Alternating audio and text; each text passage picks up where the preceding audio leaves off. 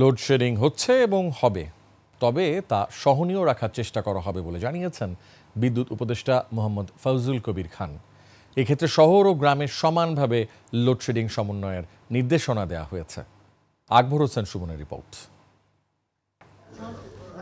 Grid বিপর্যয় ও দক্ষিণাঞ্চলে blackout নিয়ে সচিবালয় বৈঠক শেষে সাংবাদিকদের মুখোমুখি হন বিদ্যুৎ, জ্বালানি ও খনিজ সম্পদ উপদেষ্টা। তথ্য দেন, বর্তমানে 16,500 মেগাওয়াট বিদ্যুৎ উৎপাদন হচ্ছে। গরমে চাহিদা বাড়তে পারে 18,000 মেগাওয়াট পর্যন্ত। বিপিডিবির তো আর্থিকভাবে লোকসানী প্রতিষ্ঠান, তো এই জন্য আমরা এখনো কি বলে যে এই তেল ভিত্তিক যেসব বিদ্যুৎ কেন্দ্র সেগুলো বাধ্য কিছুটা চালাচ্ছি, কিন্তু পুরো দামে চালাচ্ছি না। কিন্তু যখন আরও যদি ডিমান্ড বাড়ে তখন আমরা তেল ভিত্তিক বিদ্যুৎ কেন্দ্র আরও চালাবো। ভর্তুকি যেন না বাড়ে সে কারণে কিছু লোডশেডিং দেওয়ার সুপারিশ তুলে ধরেন উপদেষ্টা। প্রথম যেটা নির্দেশ দেওয়া হয়েছে যে ওই যে শহর গ্রামের মধ্যে হবে না, যে আমি বলছি যে লোডশেডিং এটা সমানভাবে করতে হবে।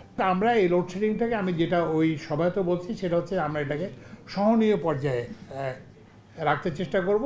আরেকটা হচ্ছে যে এটা আমরা সমানভাবে বন্টন করার চেষ্টা করব শহর আর এর মধ্যে, এবং এটা আমি আজকের থেকে পার্সোনালি মনিটর করব। জেনেক্সে শিফট করো, লাইফকে লিফট করো। দক্ষিণাঞ্চলে গ্রিড বিপর্যয়ের কারণ তদন্তে 8 সদস্যের কমিটি গঠন করেছে বিদ্যুৎ মন্ত্রণালয়। কমিটিটা করছি, এটা কিন্তু বিদ্যুতের কাউকে প্রদান করি নাই। আকবর হোসেন সুমন, 21 টেলিভিশন, ঢাকা।